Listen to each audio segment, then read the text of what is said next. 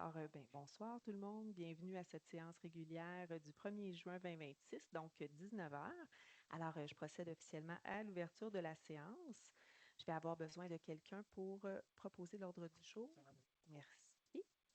Adoption du procès verbal. J'aurais besoin d'un proposeur pour le procès verbal de la séance régulière du 4 mai 2026. Simon René propose. Merci. Et pour le procès verbal de la séance extraordinaire du 11 mai 2026. Claude Leclerc propose. Merci. Alors, point 4, retour sur la dernière période de questions. Monsieur Ennis, est-ce qu'il y avait quelque chose? Il n'y avait pas d'éléments là, qui étaient pertinents à rapporter ce soir. Des petits dossiers en cours. Là. Je vois certaines personnes dans la salle, là, mais sinon, rien d'important à rapporter ce soir là, en groupe. Très bien. Donc, avant d'ouvrir la période de questions, je pense que certains d'entre vous sont ici pour le dossier là, qui a été annoncé, soit le dossier communément appelé la PINED. Alors, j'ai dans le fond, là, on a rédigé là, un résumé là, de faits puis d'éléments que je vais vous lire en amont. Peut-être que ça va répondre à certaines questions, puis par la suite, là, on va ouvrir la période de questions. Alors, ça va comme suit. Bonsoir à tous. Avant de débuter, je souhaite prendre quelques minutes pour faire le point sur un dossier qui va être traité plus tard ce soir, le point 9.6, qui concerne l'adoption du plan de lotissement du lot 5 952 027 que nous connaissons sous le nom de la FINED. Le projet a été présenté publiquement le 18 décembre 2025 par l'équipe d'urbanisme de la municipalité ainsi que l'architecte du projet. À cette occasion, plusieurs citoyens ont exprimé leurs préoccupations, notamment quant au nombre de résidences projetées. Comme vous le savez, ce secteur a fait l'objet de discussions au cours des derniers mois. Une modification réglementaire avait d'abord été envisagée afin de permettre l'aménagement d'une rue au centre du projet. Cette modification aurait nécessité un ajustement de notre règlement de lotissement, notamment afin de réduire la profondeur minimale des lots et de revoir certaines largeurs d'emprise d'une voie de circulation. Par la suite, le 2 mars 2026, un avis de motion a été déposé et le projet de règlement numéro 26-918 a été adopté, ce qui a mené à la tenue d'une assemblée de consultation publique conformément à la loi sur l'aménagement et l'urbanisme. Une version révisée du projet immobilier comportant un nombre réduit de résidences y avait alors été présentée. C'était le 16 mars 2026. À la lumière des commentaires recueillis, les échanges tenus avec les citoyens et l'analyse du dossier, le conseil municipal a décidé lors du plénier du 30 mars de ne pas aller de l'avant avec cette modification réglementaire. Il est important de rappeler que cette décision ne signifiait pas qu'aucun développement pouvait avoir lieu dans ce secteur. Celui-ci est situé à l'intérieur du périmètre urbain et est identifié comme un secteur prioritaire d'urbanisation. À la suite de la décision du Conseil, le promoteur a déposé un plan de lotissement conforme à la réglementation actuelle en vigueur. Ce plan de lotissement a été soumis au comité consultatif d'urbanisme afin d'obtenir un avis. L'avis du CCU a été favorable et c'est dans ce contexte que le Conseil sera appelé à se prononcer ce soir. Les prochaines étapes viseront à finaliser l'entente avec le promoteur. Selon les modalités qui y seront prévues, de légères modifications pourraient être encore nécessaires afin d'assurer la mise en œuvre du projet dans le respect du cadre applicable. Je tiens à préciser que même si le plan de lotissement respecte la réglementation en vigueur, les habitations qui seront éventuellement construites devront respecter la densité de 13 maisons à l'hectare. Il faudra donc prévoir des formes d'habitation permettant d'atteindre cette densité, entre autres par l'intégration possible d'unités d'habitation accessoires. Le Conseil souhaite traiter ce dossier avec rigueur, transparence, respect du cadre réglementaire. Nous sommes conscients de l'intérêt que vous portez, que ce projet suscite à ces préoccupations exprimées par les citoyens. Notre rôle est de nous assurer que les décisions prises respectent à la fois la réglementation en vigueur, les orientations d'aménagement du territoire et l'intérêt collectif. Donc voilà. Alors la parole est à vous. Ouverture de la première période de questions. Il est présentement 19h06, donc la première période va jusqu'à 19h36. Donc, s'il vous plaît, vous présentez au micro, vous nommez une première question, ensuite une sous-question, puis on laisse la place, s'il vous plaît, à quelqu'un d'autre. Bonsoir, Bonsoir, M. Desrochers. Sylvain Desrochers, 179 du Boisé. Alors, qu'importe. Ma première question, c'est, j'avais demandé une consultation par rapport au développement. On l'a eu, on a eu des... Mais pour moi, le développement, c'est pas terminé. T'sais, autrement dit, est-ce que vous avez intention d'informer les citoyens par une consultation ou, parce que là, on va-tu juste voir le plan? On va être impliqué pour influencer? Dans la mesure que ça rencontre les règlements, je comprends très bien. Maintenant, ce que je crois, pour acceptabilité sociale, ça serait bien qu'il y ait des échanges. Voilà. Alors, est-ce qu'il y aura ça? Ben, pour l'instant, M. Desrochers, ce n'est pas prévu. Comme vous mentionnez, ça respecte le cadre réglementaire. Donc, le promoteur était en droit de nous proposer quelque chose qui entrait dans le cadre réglementaire. C'est ce qu'ils ont fait. Donc, dans cette mesure, ben, je nous verrais mal. Je nous verrais mal essayer de changer ça, aller à l'encontre de nos propres règlements. Vous comprenez, là, on a été dans le cadre, donc la réponse est non. OK. Fait que là, je vais vous dire. Fait que moi, ça m'amène à un point que j'ai demandé il y a. Ça doit faire plus de 6 mois, là, mais c'est comme.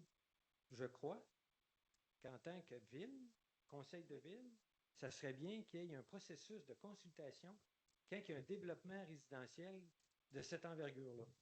Puis il n'y en a pas. On m'a dit on n'en fait pas à l'époque, hein, M. Ennis.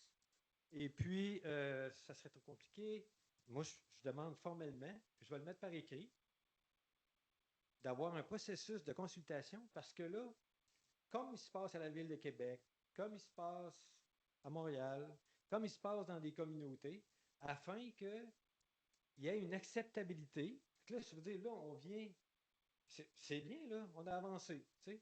On avait 37 résidences, ils coupaient toutes les arbres. Fait que là, je vois qu'on avance, par chance, que vous nous avez un peu écoutés. Hein? Maintenant, je crois qu'il devrait y avoir un processus formel. J'ai vu l'autre développement qui s'en venait.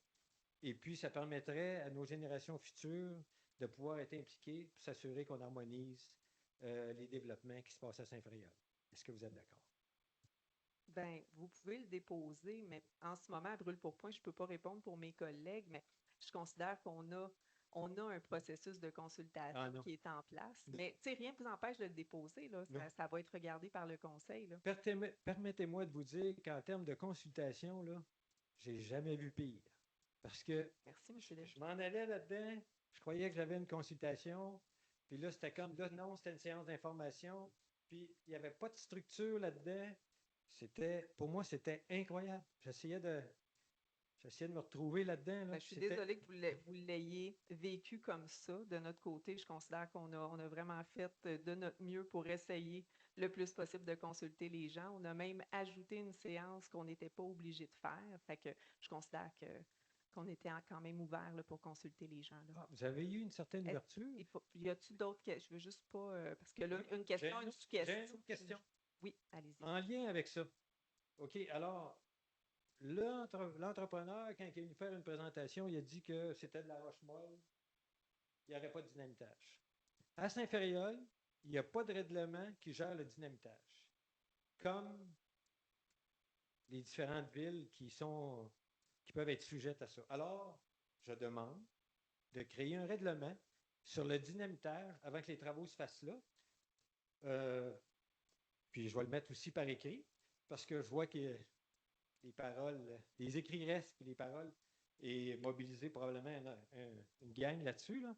Mais pour moi, on se compte des blagues là, qu'il n'y aura pas de dynamitage pour faire ces travaux-là. C'est pas sérieux. Là. Il y a des gens, la plupart des gens qui vivent sur la rue des Rocs ou du Boisé. Fait que là, l'option, c'est marteau-piqueur. Fait que je demande le règlement, puis j'essaie de savoir c'est quoi le processus, je vais m'impliquer. Comme j'avais proposé pour processus de consultation, mais qu'on n'a pas écouté. Maintenant, l'autre chose, je veux m'assurer qu'on respecte, c'est le RBQ, c'est la loi sur l'environnement.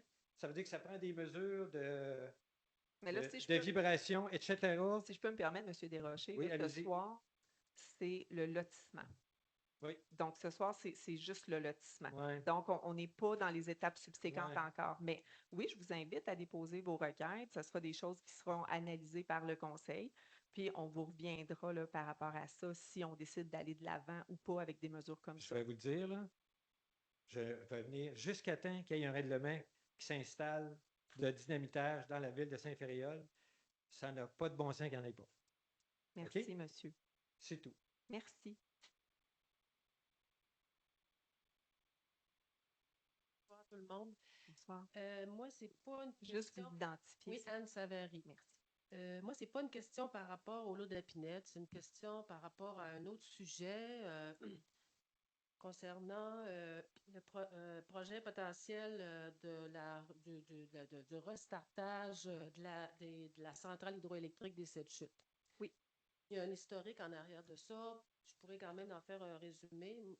À l'automne dernier, lors des élections, moi, j'avais sorti l'information d'une source sûre, un ingénieur en hydroélectricité, qui avait sorti des simulations pour en tenant compte de la capacité de la chute. Puis, en comparant avec un projet qui a lieu en ce moment dans la Beauce, lui, il estimait qu'il y avait un potentiel de revenus de 2,3 millions, de 2,3 millions par année pour la municipalité seulement, parce que c'est sur le territoire de la municipalité. Ça, c'est basé sur des hypothèses. Votre question, c'est quoi, Mme Savary, par rapport à Il y a quand même un préalable avant ça.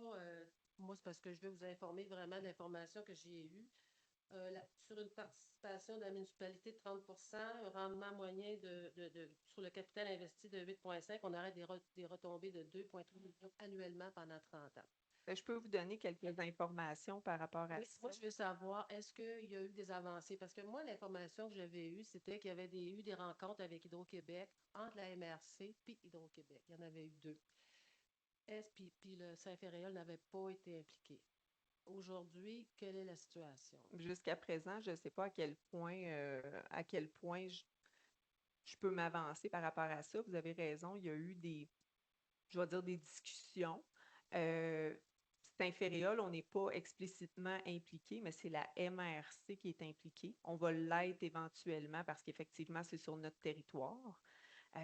Après ça, dans le fond, Hydro-Québec avait une volonté de la repartir, effectivement, mais veut que ce soit un projet, je pense qu'il appelle comme communautaire, c'est-à-dire que ce soit avec la MRC, Hydro-Québec, les municipalités, bien sûr, et les populations autochtones. Donc, là, on est à l'étape où tous ces gens-là doivent se parler pour trouver un terrain d'entente sur la répartition.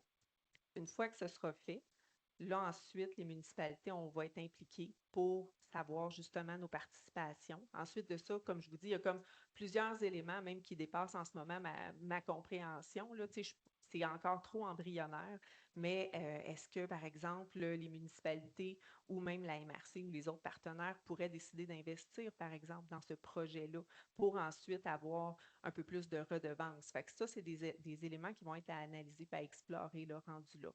Fait que, quand vous dites il y a tant d'argent, je pense qu'on est vraiment loin de ça en ce moment par rapport à combien exactement ça va générer, combien exactement chaque partenaire va pouvoir avoir. On n'est pas rendu là. Mais effectivement, il y aurait un potentiel pour avoir des revenus de ça éventuellement. Parce que Hydro-Québec est vraiment intéressé là, de travailler ça avec les communautés, de céder l'installation. Parce qu'eux, ils recherchent beaucoup d'énergie. Là. Alors, c'est la centrale de Saint-Narcisse qui est un projet qui est assez avancé là-dessus. Puis moi, je souhaite que vous ayez du leadership là-dessus, là, parce que là, c'est juste la MRC qui... Soyez assurés. Si je peux me permettre. Moi, je pense qu'il faut pousser un peu puis montrer qu'on a un intérêt marqué. C'est une forme de modèle d'affaires qui va se développer encore. Alors, moi, je pense qu'il faut foncer là, pour aller chercher... Si je peux me permettre, Madame la mairesse, en fait, c'est au niveau du cadre législatif que les intervenants sont nommés. Donc, nous n'avons pas le droit d'être sur la table de négociation. Donc, c'est la MRC qui nous représente. Donc, que je peux Ah savoir? ben, je pourrais m'informer, là, mais en fait, nous, c'est vraiment la MRC qui est mandatée pour faire ces négociations-là. Donc, nous, on a des sous-comités où on se tient informé de tout ça, mais on ne peut pas être à la table de négociation. Est-ce que je peux Donc, savoir c'est quoi le règlement? ben, je pourrais m'informer puis vous donner là, ce cadre législatif-là, là, mais c'est bien normé. Là. Fait que c'est pas qui veut se retrouve autour de cette table-là. Donc, l'interlocuteur qui est nommé pour ce genre de dossier-là, c'est la MRC. Donc, ils sont là, mais on est bien représentés, là, je vous rassure. Moi, j'ai des rencontres avec eux. Madame la mairesse a des rencontres avec eux aussi. Donc, c'est juste. Tout à fait.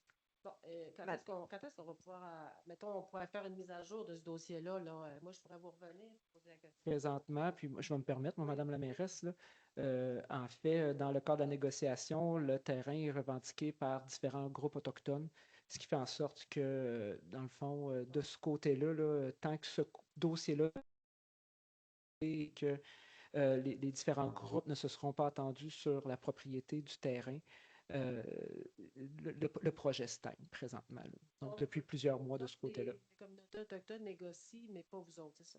Mais en fait, nous, c'est la MRC qui négocie actuellement en notre nom. Ouais. Puis ensuite, Très bien qu'il y ait quelqu'un. Madame Savary, il y a plusieurs personnes et je vais vous demander. Mais moi, je vous ai demandé quand est-ce que je pourrais faire une demande de mise à jour, mettons, du dossier, là. Mon Dieu, ben, j'ai pas de temps. Je peux vous dire, revenez dans 3 mois, 4 mois, on vous dira si on a eu des débouchés. Ça ferait à l'automne. Ouais. C'est si on a eu des débouchés. Mais comme je vous dis, je vous promets rien, je peux pas vous répondre Ouais, actuellement. je vais revenir à l'automne. Parfait. Merci. Merci. Bonjour, André Larreau. Bonjour. Je suis arrivé un petit peu en retard, vous m'excuserez. Donc, j'ai compris que vous allez discuter de la Pinède en long et en large. Non, on va passer le point, c'est ça. Ouais. J'ai fait une mise en bouche là, avant votre Est-ce que vous arrivée. permettez Là. donc des questions sur la Pinède? Oui, allez-y. D'accord. D'une part, le point 9.6 à l'ordre du jour, vous vous souviendrez, en mars dernier, on a parlé de transparence et je suis très surpris de voir qu'on dit lotissement du lot 5 952, etc. Tout le monde sait que vous savez que c'est la Pinède, vous savez qu'il y a des préoccupations de notre côté de la Pinède. Pourquoi ne pas avoir indiqué, parenthèse, la Pinède? On l'a fait sur nos réseaux sociaux, M. Larreau. On l'a même, vous irez voir là, sur notre site, sur nos réseaux, on a mis le lot, puis on a mis en parenthèse la Pinède. Là. Okay. Donc, ben, Dans l'ordre du jour. Monsieur, on essaie de s'ajuster. C'est sûr qu'on peut toujours nous trouver des erreurs, mais on fait notre possible pour Mais s'ajuster. dans l'ordre du jour, je pense qu'il aurait été plus approprié d'inscrire la Pinède, donc ça a été plus clair pour tout le monde. Enfin, il y a eu donc des discussions, des représentations peut-être par les promoteurs de la Pinède avec la municipalité. Est-ce qu'on peut comprendre ça, qu'il y a eu peut-être des discussions, des représentations, des approches? Depuis quand? Depuis le début du processus? Mais en fait, c'est parce que là, monsieur, je m'excuse, parce que je viens de lire tout. Fait que là, c'est tous des éléments qui viennent d'être dits. Fait que là, c'est du répétage. Là, pour Oui, les mais gens, donc, là. est-ce qu'il y a eu des représentations de la part des promoteurs, du constructeur, etc.? Pas plus que ce qu'il y a été dans la séquence. Là, le dernier élément, c'est le conseil qui s'était rétracté sur le changement de règlement. Non, mais Puis là, après ça, le promoteur a déposé ce qu'il a déposé ce soir. Oui, mais est-ce qu'il y a eu des discussions avec des membres du conseil municipal ou avec avec des employés? l'administration. Avec l'administration. Oui. Est-ce que vous avez vérifié s'ils étaient inscrits au registre du lobby? Pour toute l'administration. Monsieur Ennis mentionne qu'ils n'ont pas besoin d'être inscrits au registre pour discuter de leur projet avec l'administration. Ah non, quand il y a des modifications à y apporter, vous ne pensez pas qu'il y a des...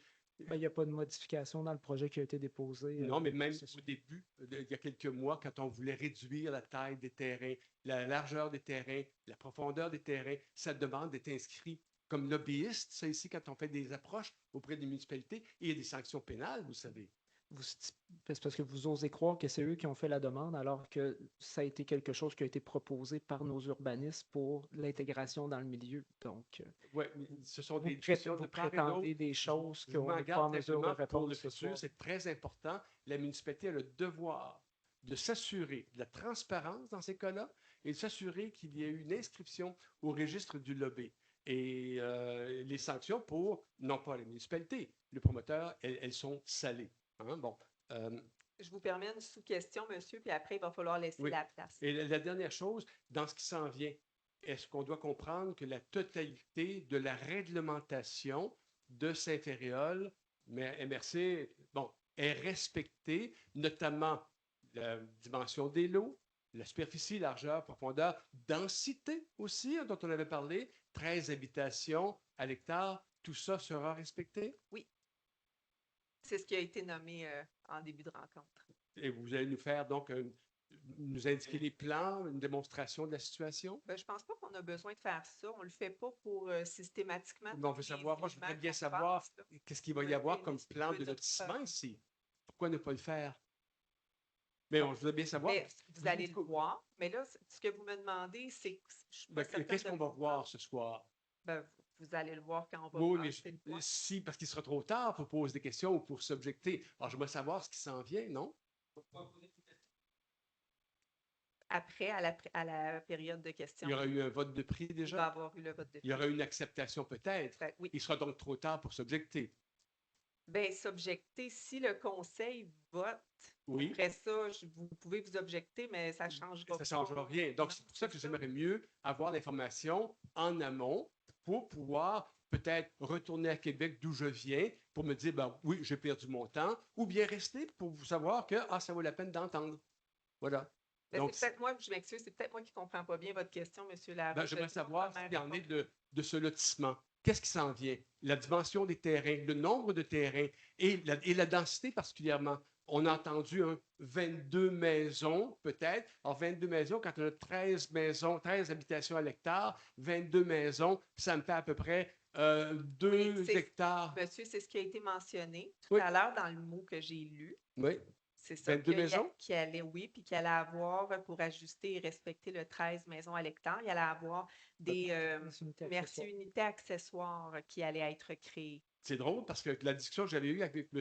Innis, je me souviens bien, l'hiver dernier, ou avec votre collaborateur à la municipalité, on avait parlé d'habitations accessoires pour 4 habitations qui étaient prévues en mars dernier. Mais Et j'avais dit, ce qu'il faut comprendre, M. Laroux, c'est que à ce moment-là, il y avait 37 terrains. Fait que c'est Oui. sûr que pour respecter. Exact. Et on m'avait dit, laissez-moi terminer, et on m'avait dit, j'avais dit, est-ce que s'il y avait donc une vingtaine de maisons, toutes avec habitation accessoire, ce serait quelque chose d'acceptable? On m'avait dit, voyons donc, M. Laroux, il n'est pas question de se diriger avec chacune des maisons où il y aura des habitations accessoires pour faire comme semblant que la densité est respectée. C'est ce qu'on m'avait répondu, quelqu'un de la municipalité, ou bien vous, ou bien votre porte-parole. Ben, je vous confirme que c'était pas moi. Là. Bon, on s'est parlé, vous et moi, ou quelques Effectivement, on s'est parlé, oui. On s'est parlé, c'était la réponse. J'entends que ça ne répond pas à ce que vous souhaiteriez, mais pour l'instant, c'est ça que je peux vous donner. OK, mais ce n'était pas le souhait de la municipalité en mars dernier, parce qu'on m'avait dit, ça prend une deuxième porte, et on m'avait même dit, les habitations accessoires, qu'est-ce que c'est? C'est simplement une situation où le parent va accueillir ses petits-enfants dans la période des fêtes, il va les installer dans l'habitation accessoire, mais vraiment, ce n'est pas un endroit qui va servir naturellement pour être loué ou quoi que ce soit. C'est une habitation qui est davantage de type très temporaire. C'est ce qu'on m'avait dit à l'époque. Bien, en fait, c'est une des interprétations. Ça pourrait être loué à l'année, ça pourrait être habité par des. C'est comme une bigénération, en fait. C'est deux familles qui peuvent habiter, une dans l'unité accessoire, mais il n'y a une dans la maison. obligé. Hein? Ce n'est pas obligatoire. Voilà. Il n'y a rien obligé. Je vais vous demander, M. Laroux, de laisser la place à d'autres questions. Merci.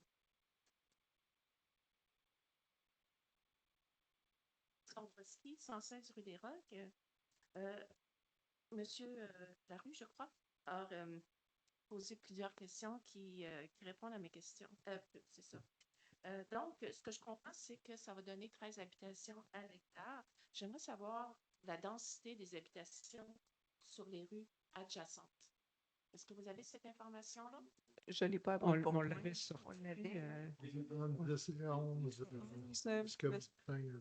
9 et 11. Merci. Pourquoi ne pas harmoniser ce secteur-là en fonction des rues adjacentes? Ça me semble que ça amènerait moins de conflits avec les gens qui sont vraiment pas d'accord à avoir la ville qui est rendue en arrière de chez eux.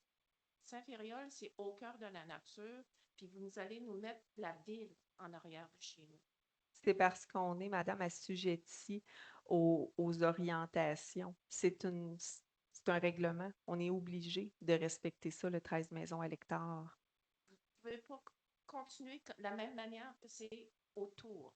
Non, c'est ça. Considérant que c'est un nouveau développement, on est obligé de suivre ces orientations-là. C'est pas l'affaire des gens tout autour. En tout cas, pour votre gouverne, là, ça a été vérifié. Oui, M. Leclerc. En fait, c'est depuis le schéma d'aménagement de 2014 que les directives viennent de la CMQ, c'est passé par la MRC. Puis en périmètre urbain, c'est un développement ici à Saint-Réal de 13 habitations à l'hectare qui est obligé. Donc, on n'y peut rien.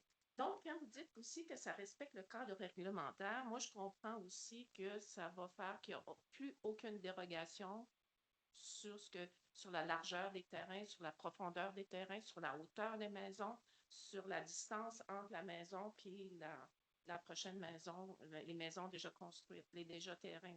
Au niveau du lotissement, ça respecte tout le cadre réglementaire. On n'est pas rendu là encore, dans le sens. C'est comme ça que ça fonctionne. En fait, ensuite, on va être rendu à l'entente avec les promoteurs.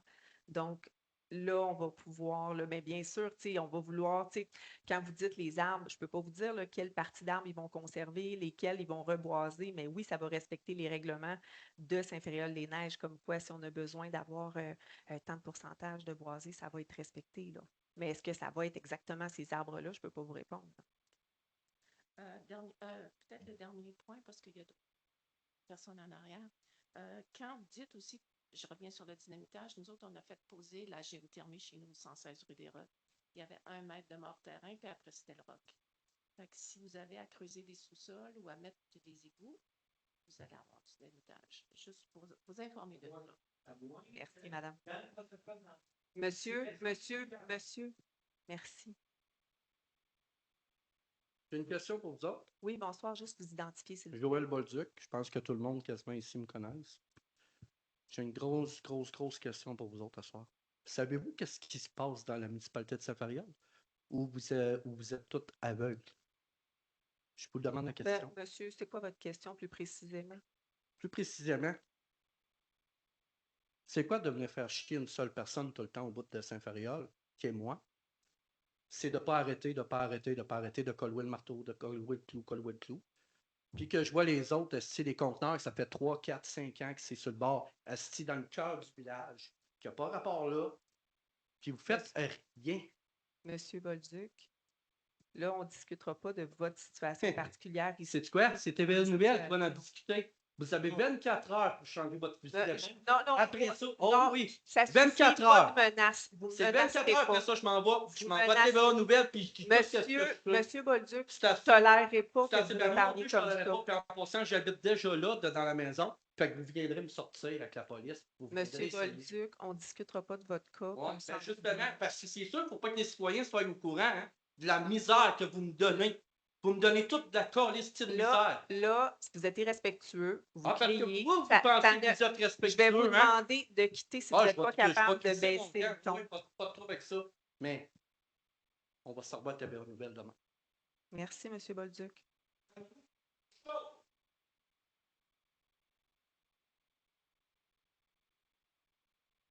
Oui, Hans Moreau.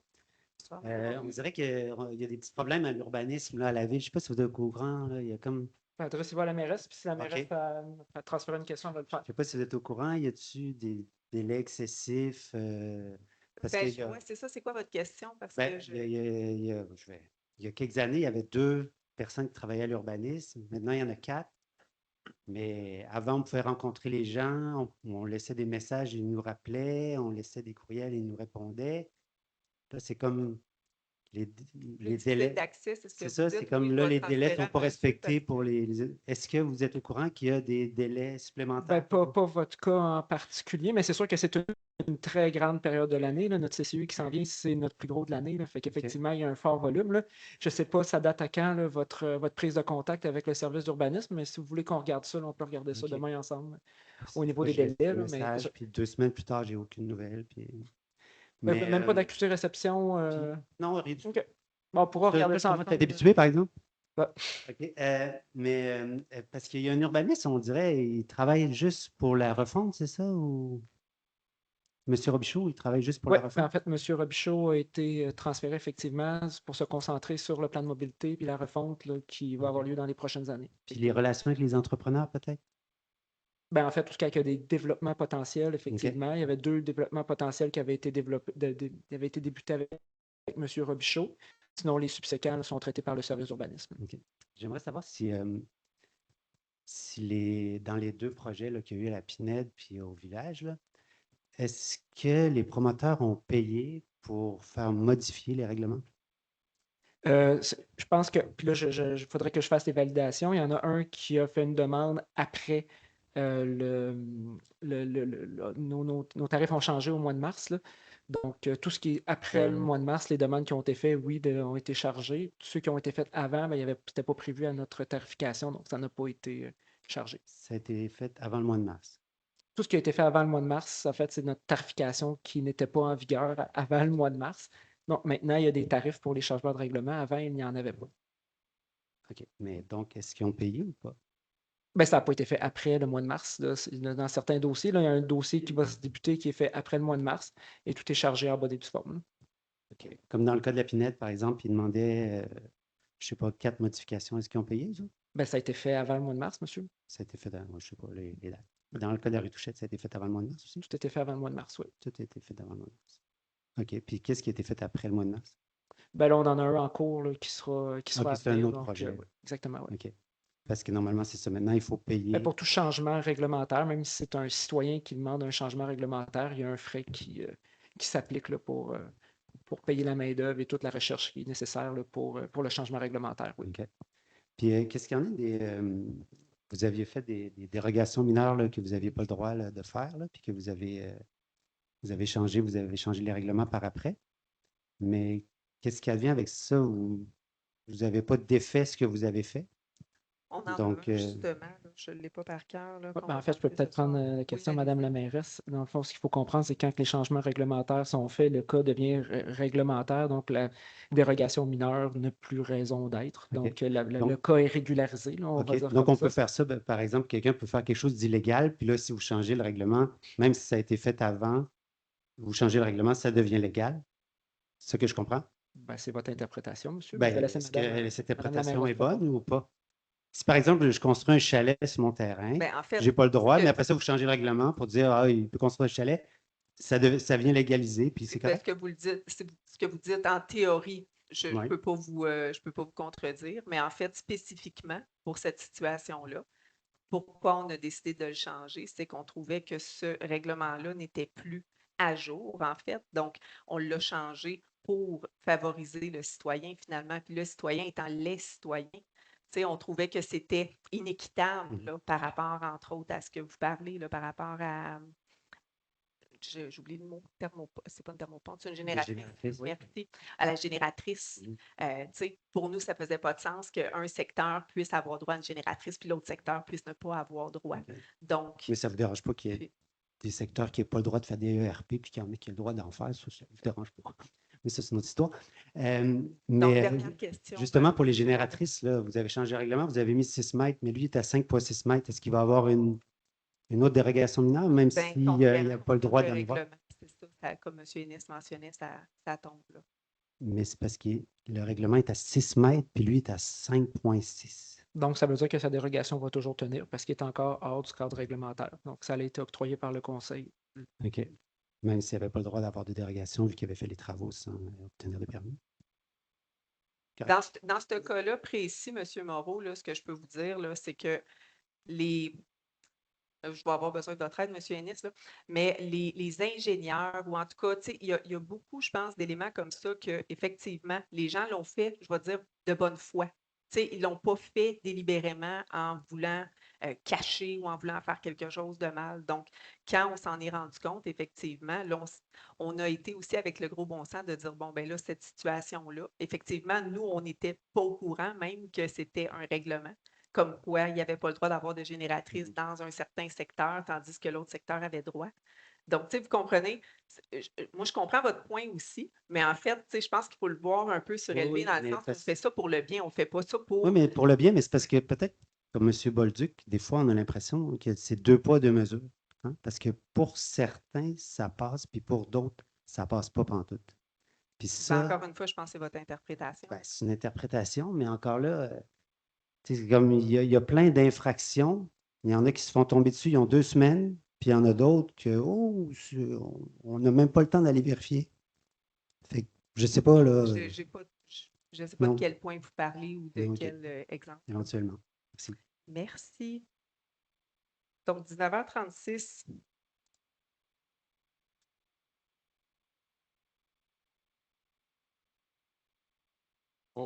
Pierre Gaucher, 116 rue des Rocs, conjoint Paulus. Juste pour les explosifs, puis la possibilité que vous ne savez pas exactement, qu'il y a des ajustements à venir, que ça.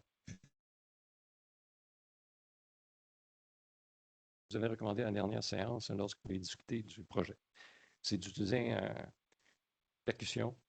Vous passez à travers le mort-terrain, vous savez, si c'est un boulder, vous allez passer à travers une roche lousse. Mais quand vous allez dans le bedrock, vous allez rentrer peut-être 1 mètre, puis vous savez pour sûr que c'est à telle distance. Puis vous pouvez peut-être avoir de nombreuses surprises, peut-être pas de surprises, mais avant de donner complètement l'aval, je vous recommande fortement de demander à l'entrepreneur de faire systématiquement. Ça se déplace bien, c'est pas gros, ça va vite. Ça ne coûtera pas une fortune. Merci pour votre conseil. Ça va être rapporté assurément. Point 6, adoption des paiements de dépenses. Que le Conseil autorise le paiement des dépenses du mois de mai 2026 tel que présenté au Conseil. Le directeur général et trésorier certifie que les crédits sont disponibles pour procéder au paiement. Je vais prendre un proposeur. C'est ordonné, propose. Merci. Point 7, modification de la lettre d'entente numéro 5, emploi étudiant. Monsieur Leclerc. Oui, il est unanimement résolu que le conseil municipal autorise Mme Mélanie Royer-Couture, mairesse, et M. Éric Ennis, directeur général et trésorier, à signer la lettre d'entente modifiée numéro 5 avec le syndicat des employés municipaux de la Côte-de-Beaupré, CSN, concernant les emplois étudiants. En fait, c'est qu'il y avait une lettre d'entente qui permettait 2 étudiants. Puis cet été, on va aussi accueillir une stagiaire subventionnée. Puis étant donné qu'il n'y a pas de poste de stagiaire comme ça dans la convention, c'est que le nombre d'étudiants permis par la lettre d'entente va passer de 2 à 3 étudiants. Merci, M. Leclerc. Je vais prendre un proposeur. Anthony Drouin propose. Merci. 7.2, programmation TECQ révisée 2024-2028. Monsieur Rodrigue. Oui. Considérant que la municipalité a pris connaissance du guide relatif aux modalités de versement de la contribution gouvernementale dans le cadre du programme de transfert pour les infrastructures d'eau et collectives du Québec, le TECQ, pour les années 2024 à 2028, considérant que la municipalité doit respecter les modalités de ce guide qui s'appliquent à elle pour recevoir la contribution gouvernementale qui lui a été confirmée dans une lettre de la ministre des Affaires municipales et de l'Habitation.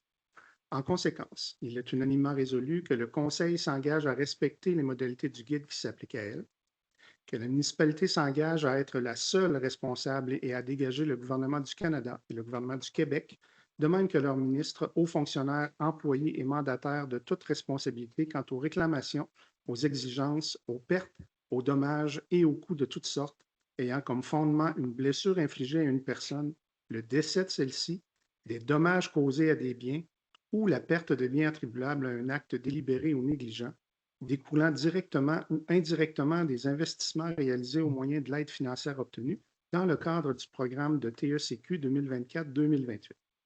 Que la municipalité approuve le contenu et autorise l'envoi au ministère des Affaires municipales et de l'Habitation de la programmation révisée de travaux ci-jointe et de tous les autres documents exigés par le ministère en vue de recevoir la contribution gouvernementale qui lui a été confirmée dans une lettre de la ministre des Affaires municipales et de l'Habitation.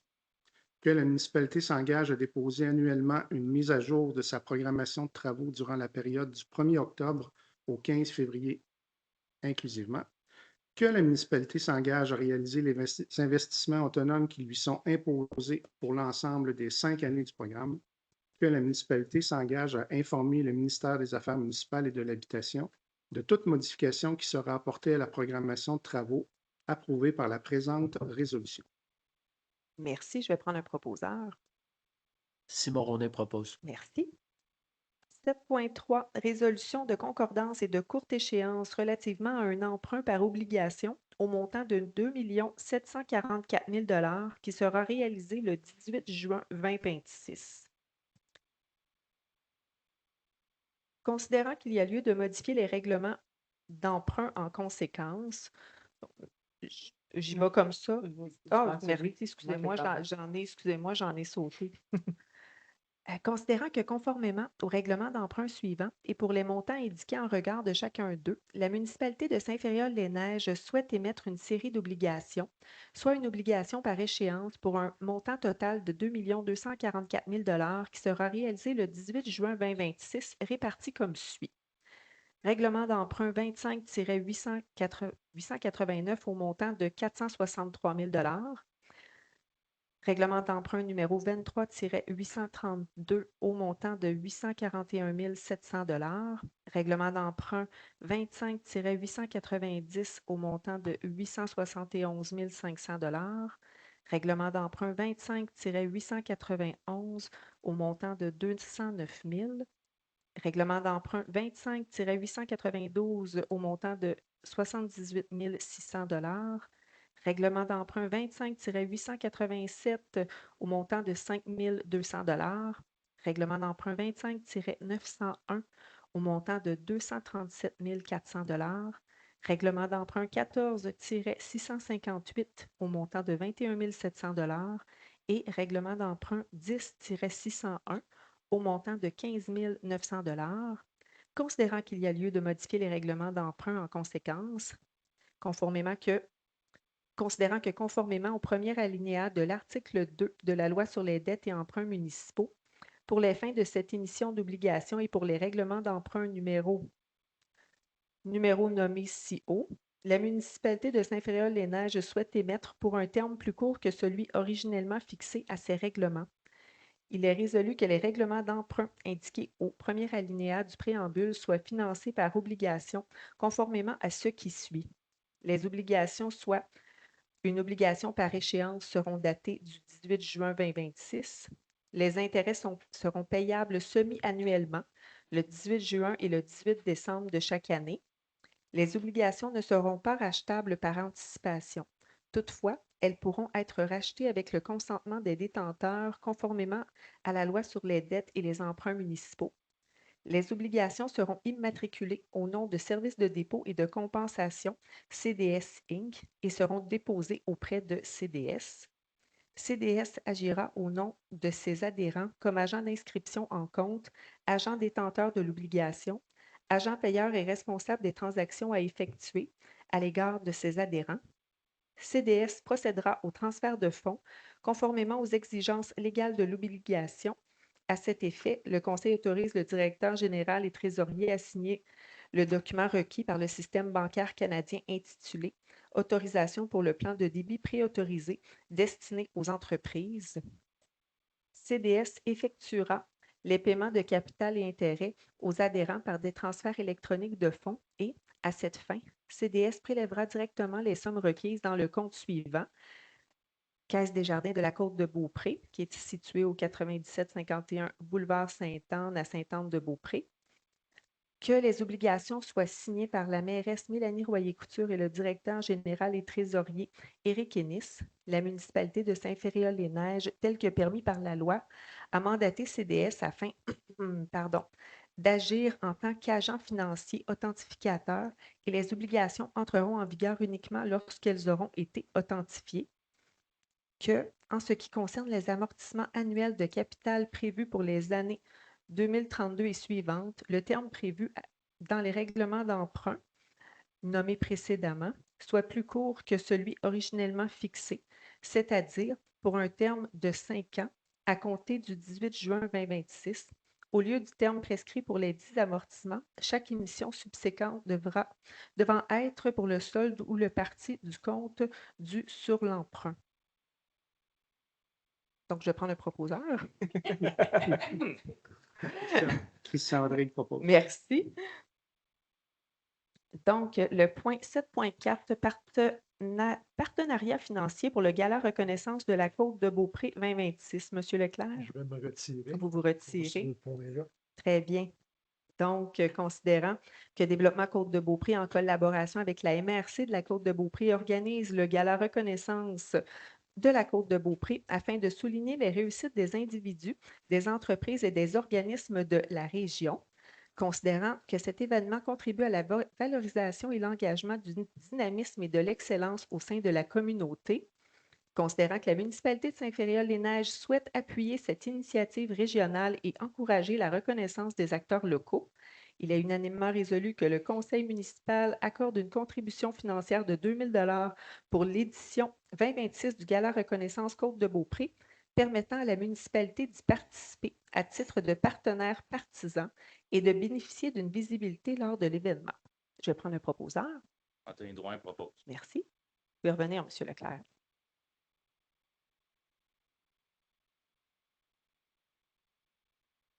Pas nécessairement, mais si M. Leclerc souhaite le mentionner, voulez-vous mentionner pourquoi? Savoir pourquoi je m'en retire? Si vous avez une question, ça va être à la fin que vous allez poser la question, mais monsieur peut quand même mentionner pourquoi il s'est retiré. Moi, je me retire en fait parce que je suis au conseil d'administration et au conseil exécutif de développement Côte de Beaupré. Que je ne retire pas vraiment d'intérêt de ça, mais je préfère quand même m'abstenir. Merci, M. Leclerc. 7.5, embauche coordonnatrice au camp de jour 2026. Que la municipalité procède à l'embauche de Vanessa Thériault-Dallaire à titre de coordonnatrice du camp de jour pour l'édition 2026 sous réserve de la signature du contrat. Que l'embauche est conditionnelle au résultat de la vérification des antécédents judiciaires en cours. Je vais prendre un proposeur. Christian Audrey propose. Merci. 7.6, embauche accompagnateur au camp de jour 2026. Que la municipalité procède à l'embauche d'Émilie Bouchard à titre Émile Bouchard à titre d'accompagnateur pour l'édition 2026 du camp de jour sous réserve de la signature du contrat.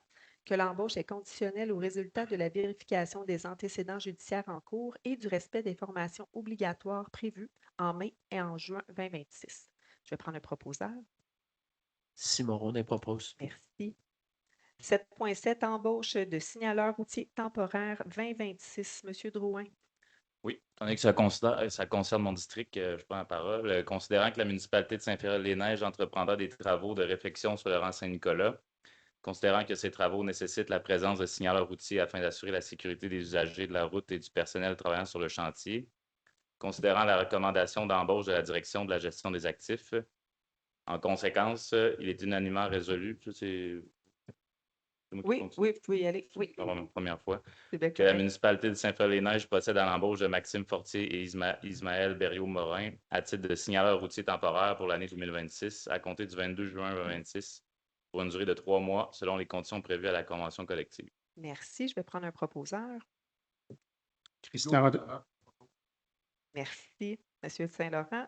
7.8, embauche journalier étudiant 2026. M. Leclerc. Oui. Considérant que la municipalité embauche des étudiants chaque été aux travaux publics pour combler les vacances des employés, considérant que la municipalité a besoin de ressources supplémentaires pour effectuer divers travaux mineurs, considérant la recommandation d'embauche de la direction de la gestion des actifs, il est unanimement résolu que la municipalité de Saint-Féréol-les-Neiges procède à l'embauche de Justin Labrie, Julien Petitclerc et Antoine Sylvain à titre de journalier étudiant pour l'été 2026, rétroactivement à compter du 25 mai 2026, selon les conditions prévues à la convention collective. Donc, ça, c'est 2 nouveaux étudiants plus le stagiaire dont j'ai parlé tout à l'heure. Merci. Je vais prendre un proposeur. Christian Rodrigue propose. Merci. 8.1, démarche de gestion des actifs municipaux en eau. Monsieur Leclerc. Oui. Considérant que la municipalité de Saint-Fréol-les-Neiges reconnaît l'importance de gérer efficacement ses actifs municipaux pour assurer leur durabilité à long terme, considérant que la gestion des actifs a pour objectif de mettre en place les activités nécessaires pour maintenir les actifs en état et offrir des services durables et de qualité aux citoyens, considérant que le plan de gestion des actifs PGA contribue à l'atteinte des objectifs stratégiques de la municipalité et à offrir des services durables de qualité conformes au niveau de service convenu. Considérant que la municipalité a pris connaissance du guide relatif au PGA du ministère des Affaires municipales et de l'Habitation, ainsi que des outils y afférents et qu'elle comprend chaque partie constituant le PGA. En conséquence, il est unanimement résolu que la municipalité de Saint-Fréol-les-Neiges s'engage à élaborer et à mettre en œuvre un plan de gestion des actifs en eau afin d'optimiser la gestion de ces actifs municipaux et s'engage à transmettre au ministère au plus tard le 31 décembre 2026 le sommaire PGA eau et les informations requises par ce dernier. Que le conseil municipal approuve le document Démarche de gestion des actifs municipaux en eau et autorise le dépôt des documents auprès du ministère. En fait, c'est un plan de gestion des actifs au sujet de l'eau qu'on fait, puis ça permet à ce moment-là d'aller bonifier les subventions qui viennent de la TECQ pour ces actifs-là quand on a un plan. La bonification est de 10 Donc, notre TECQ est d'environ d'1 500 000 ce qui veut dire qu'on débloque là, un 150 000 supplémentaires du gouvernement. Merci. Je vais prendre un proposeur. Hugo Saint-Laurent propose. Merci. 8.2, acquisition camion électrique. Considérant que pour répondre aux besoins opérationnels du service de la gestion des actifs, l'acquisition d'un nouveau camion est nécessaire, considérant que la municipalité souhaite privilégier un véhicule électrique afin de réduire son empreinte environnementale, ses coûts d'entretien et ses dépenses en carburant, considérant que le service de la gestion des actifs a procédé à la définition des besoins requis pour l'acquisition du véhicule et que cette dépense est prévue au PTI 2026-06, il est résolu que le conseil municipal autorise l'acquisition de gré à gré d'un camion électrique Ford F-150 Lightning Flash de l'année 2024 répondant aux besoins établis par le service de la gestion des actifs pour un montant maximal de 78 364 $ avant les taxes applicables. Cette somme sera financée par le règlement d'emprunt 26-921. Je vais prendre un proposeur. Claude Leclerc propose. Merci. 8.3, acquisition d'une remorque. Considérant que la municipalité doit se doter d'une remorque répondant adéquatement à ses besoins opérationnels, que la remorque recherchée doit offrir des caractéristiques précises, notamment une longueur et une largeur adaptées, une faible pente d'accès ainsi qu'une capacité de charge suffisante pour assurer le transport sécuritaire de la machinerie, que le conseil municipal autorise l'acquisition de gré à gré d'une remorque plateforme de marque N&N pour l'année 2026 répondant aux besoins établis par le service de la gestion des actifs pour un montant maximal de 21 378 $ avant les taxes applicables. Cette somme sera financée par le règlement d'emprunt 26-921. Je vais prendre un proposeur. Christian propose. Merci. Dossier en urbanisme. 9.1, explication et consultation sur une demande de dérogation mineure située au 256 rue des Myrtilles. Monsieur Ennis. Oui, je vais vous voler vos papiers, Madame la mairesse. Donc, on est sur 256 la rue des Myrtilles. Donc, ce qu'il faut comprendre, c'est que au moment de faire l'implantation au niveau de l'Arpenteur, il y a eu un petit manquement au niveau de la thermopompe. Donc, la thermopompe se trouve à 1,6 mètres de la ligne latérale, alors que la distance minimale prévue par le règlement de zonage stipule que la thermopompe doit être localisée à une distance minimale de 3 mètres de la ligne de l'eau. Je veux juste vous rassurer, là, c'est quelque chose qu'on voit quand même assez souvent là, au niveau des arpenteurs où les thermopompes ne se retrouvent pas sur les plans. Donc, lorsque les thermopompes sont installées, on doit soit constater, soit s'il y a possibilité de redéplacer la thermopompe, c'est fait. Dans ce contexte-là, là, ça s'y prêtait mieux sur la ligne latérale de l'eau. Donc, c'est pour ça qu'on a présenté là, la dérogation mineure au conseil municipal pour le 256 rue des Myrtilles. Merci. Donc, y a-t-il des questions par rapport à ça, à ce point-là? S'il vous plaît, vous rendre au micro, Madame Caron. Juste vous rendre au micro si c'était pas une question, madame, c'est correct?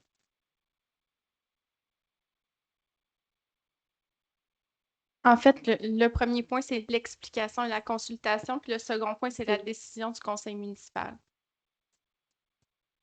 Non, mais dans le fond, ben c'est ça, j'allais le dire après, c'est que le 256 rue des Myrtilles, on avait 2 demandes de dérogation mineure, puis suivant une discussion avec l'arpenteur, la seconde dérogation mineure n'avait pas lieu d'être parce que c'était une incompréhension, donc c'est pour ça que c'est annulé. Donc, on en traite juste une ce soir. Merci, Madame Duclos.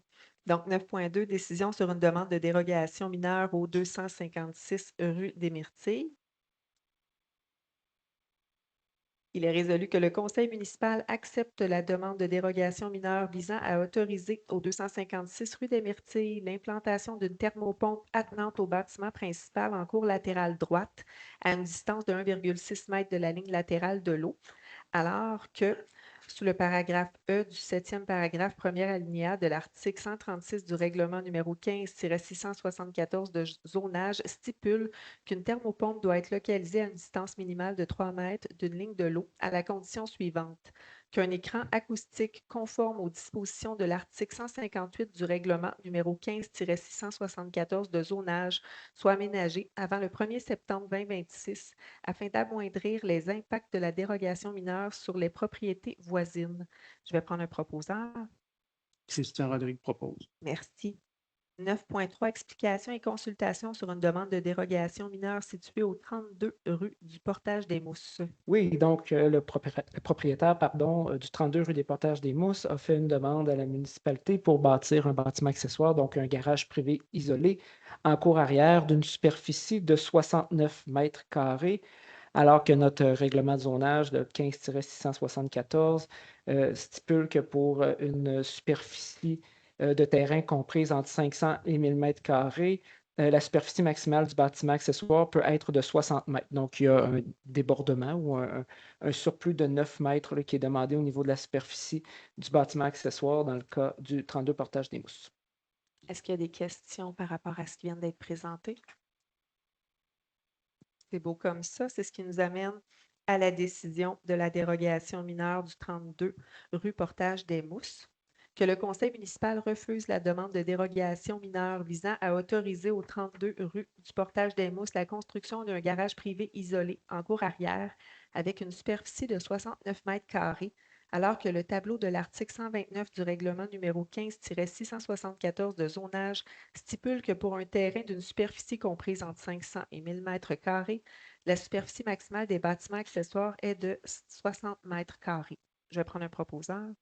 Simon Ronet propose. Merci. Je me permets, Madame la mairesse, de laisser savoir aux personnes qui écoutent que le comité consultatif d'urbanisme avait émis une recommandation défavorable dans ce cas-là et une recommandation favorable pour le cas du 256 des Myrtilles concernant la thermopompe. Merci, M. Ennis, pour les précisions. 9.5, PIA accepté. M. Ronet.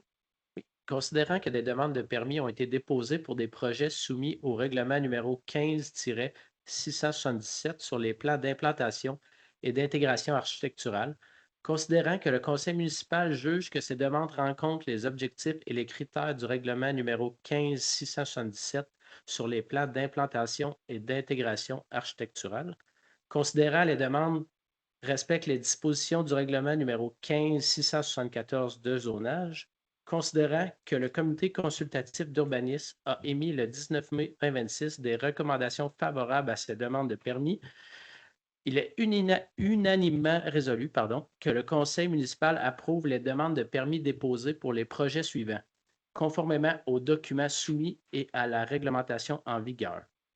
Au 88 rue de la Tourbe, une rénovation du bâtiment principal liée à la recommandation du CCU 26-79. Au 33 rue de l'Étang, aussi une rénovation du bâtiment principal reliée à la recommandation du CCU 26-80. Au 195 rue de l'Acavée, un agrandissement du bâtiment principal lié au dossier 26-81. Au 231 et 233 rue des Myrtilles, une construction de bâtiments principaux de type jumelé, CCU 26-82. Au 27 rue de Chamonix, construction d'un bâtiment principal lié au dossier CCU 26-83. 31 de Chamonix, une construction de bâtiment principal CCU 26-84. Au 265 rue de Vancouver, une construction de bâtiment accessoire lié au CCU 26-85. Au 1815 boulevard Les Neiges, une enseigne commerciale bipode, dossier 26-86. Et puis, finalement, au 49, non, pardon, pas finalement, 49 rue des Plaines, un agrandissement du bâtiment principal, dossier 26-87. Au 45 rue des Granges, construction de bâtiment principal, dossier 26-88. 2612 avenue Royale, construction d'un bâtiment accessoire au dossier 2690.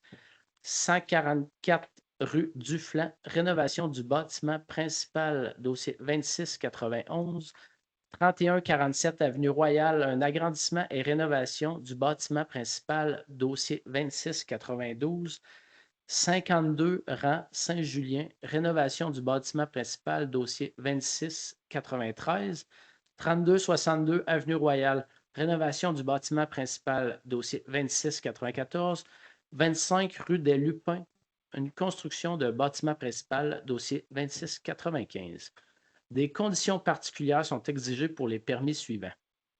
Le 27 et 31 rue Chamonix, à la condition que le permis soit délivré conditionnellement à la conclusion d'une entente conforme aux dispositions du règlement numéro 26-886 sur les ententes relatives aux travaux municipaux. 144 rue Duflan, à la condition que les documents accompagnant la semaine soient modifiés afin que les panneaux solaires ne soient installés qu'uniquement sur la partie de la toiture du bâtiment principal correspondant à la façade latérale droite. 3262 avenue Royale, à la condition que les documents accompagnant la demande soient modifiés afin que le matériel de recouvrement du pignon ou de la pergola soit amornisé ou semblable à celui du bâtiment principal. Pour votre information, c'est pas accompagné à la semaine, c'est la demande, c'est mon erreur, excusez-moi. Oui, je me doutais qu'il y avait une petite erreur qui s'était glissée, mais je voulais pas dire n'importe quoi. Accompagné à la demande, pardonnez-moi. Oui, c'est ça. Excusez-moi, je cherchais mon micro. Donc, je vais prendre un proposeur. Propose. Merci. 9.6, permis PIA pour le lotissement numéro 5 952 027. Monsieur Roné. Entre parenthèses, la Pinède. La Pinède. Considérant qu'une demande de permis de lotissement a été déposée à l'effet de subdiviser le lot 5 952 027 du cadastre du Québec, zone H1-108, afin de créer 26 lots, soit 22 pour la construction résidentielle, 1 pour les voies de circulation, 2 pour des espaces verts et 1 pour un bassin de rétention. Considérant que la demande déposée est dans un territoire ou dans une catégorie de travaux assujettis au règlement numéro 15-677 sur les plans d'implantation et d'intégration architecturale. Considérant que le Conseil a analysé les documents accompagnant la demande et juge que ces derniers répondent aux objectifs et aux critères d'évaluation applicables établis au règlement numéro 15-677 sur les plans d'implantation et d'intégration architecturale. Considérant que le comité consultatif d'urbanisme a émis le 19 mai 2026 une recommandation favorable à l'égard de cette demande de dérogation mineure. En conséquence, il est unanimement résolu que le conseil municipal autorise la demande de permis de lotissement déposée à l'effet de subdiviser le lot 5 952 027 du Cadastre du Québec, zone H1-108, afin de créer 26 lots. Je répète, soit 22 pour la construction résidentielle, 1 pour la voie de circulation, 2 pour des espaces verts et 1 pour le bassin de rétention. Et ce, au respect des documents déposés de la réglementation en vigueur à la condition suivante: que le permis soit délivré à la conclusion d'une entente conforme aux dispositions du règlement numéro 26-886 sur les ententes relatives aux travaux municipaux. Oui, avant, il y aurait peut-être une petite correction là, il y a dans une un coquille considérant. dans le dernier considérant. Là, donc, M. Roney a lu, considérant que le comité consultatif d'urbanisme a émis le 19 mai 2026 une recommandation favorable à l'égard de cette demande de dérogation mineure. Donc, ce n'est pas une dérogation mineure, c'est une demande de permis. Donc, probablement un mauvais copier-coller de Mme la greffière, mais je vais y pardonner. Je voulais juste corriger là, pour être certain, parce que ça a bien été mentionné par Mme la mairesse qu'il n'y avait aucune dérogation mineure là, dans ce dossier-là. Là. Donc, c'est important de faire le correctif. Merci. Donc, je vais prendre un proposeur. Simon Roney propose. Merci, M. Roney. C'est unanime.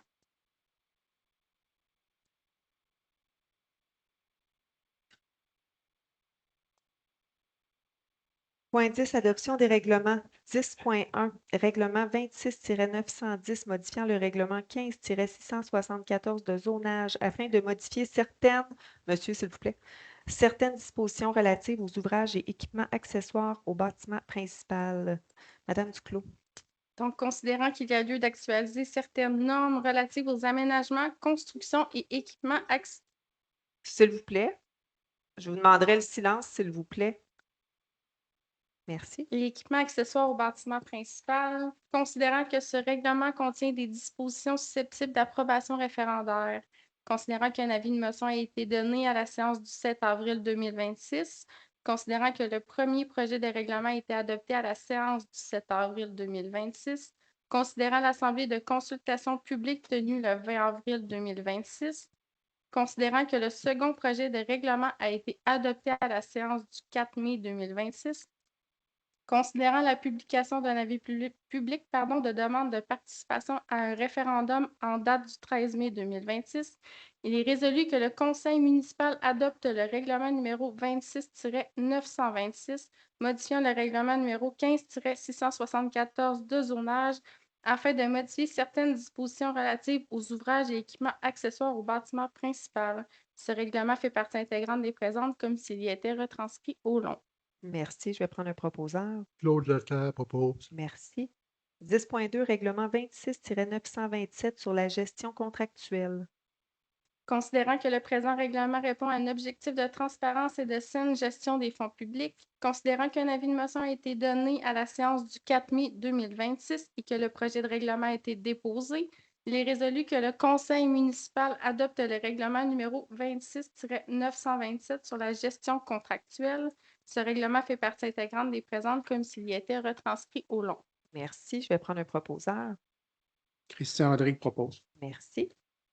Point 11, deuxième période de questions. Donc, il est présentement 20h09 pour une durée de 20 minutes, donc jusqu'à 20h29. Merci. Vous pouvez vous présenter au micro, donc sur tous les points qui étaient à l'ordre du jour. Bonjour, Valérie Gilbert, propriétaire du 32 Portage des Mousses. Donc, c'est sur le point de la dérogation mineure qui a été refusée. Donc, on voudrait savoir, c'est quoi les étapes du conseil municipal ou du comité consultatif qui doivent respecter lors d'une demande de dérogation mineure?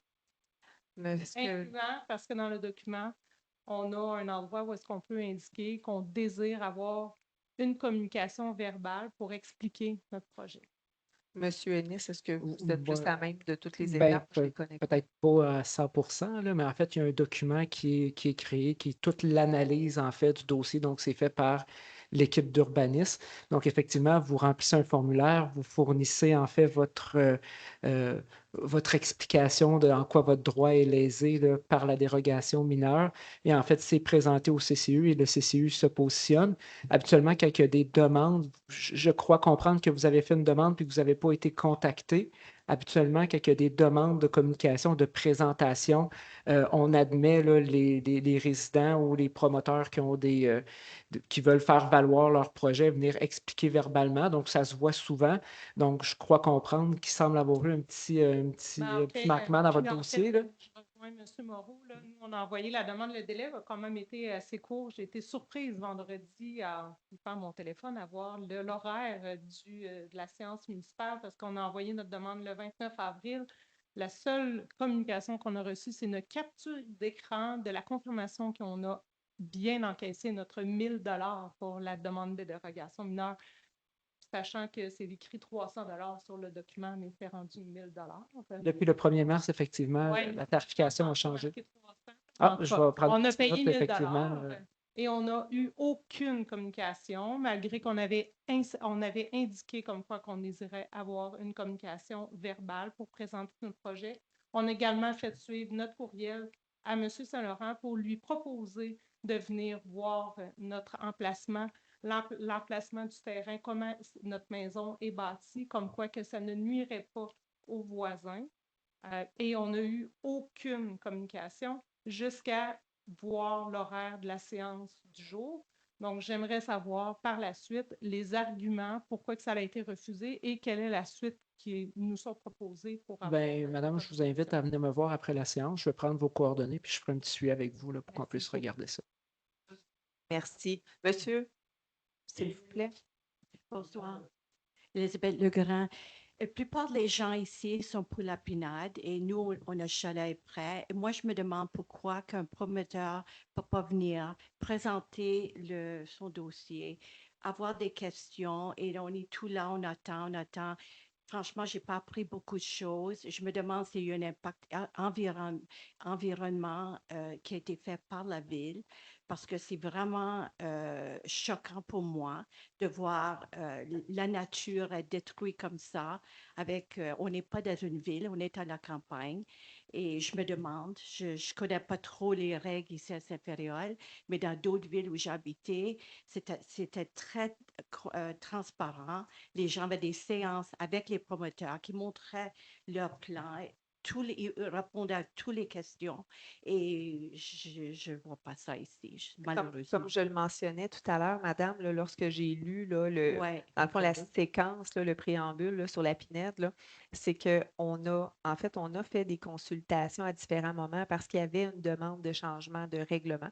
Mais là, dans ce cas-ci, le promoteur respecte l'entièreté de la réglementation, donc il n'est pas assujetti à faire une consultation publique par rapport à ça. Mais il y en a eu au préalable, lorsqu'il était question, il avait présenté le projet, il y avait eu une consultation publique par rapport à ça. Il faut dire que je n'étais pas ici à l'époque, mais j'ai un voisin qui me demande si on peut recevoir tout ça écrit, toutes les conditions qui ont été acceptées.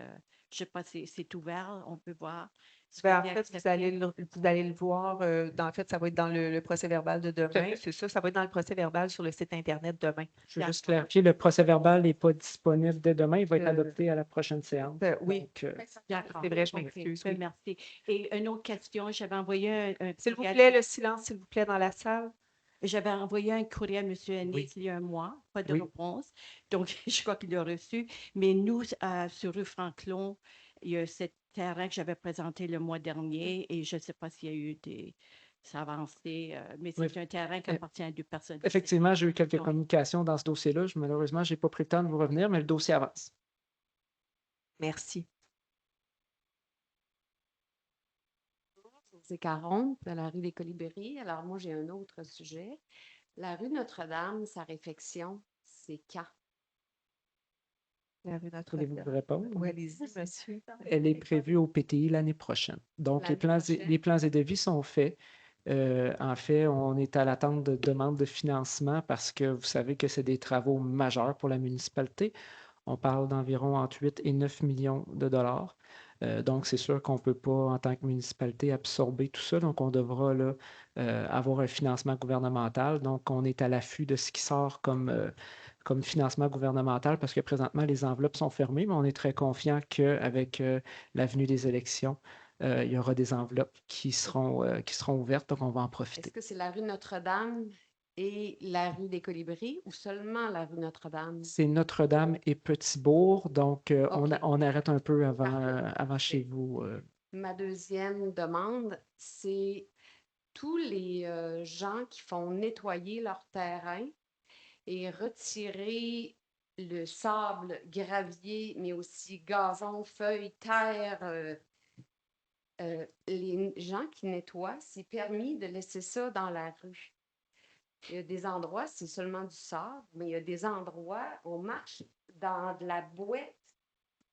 Ça fait un mois que ces gens-là nettoient, tirent tout dans la rue.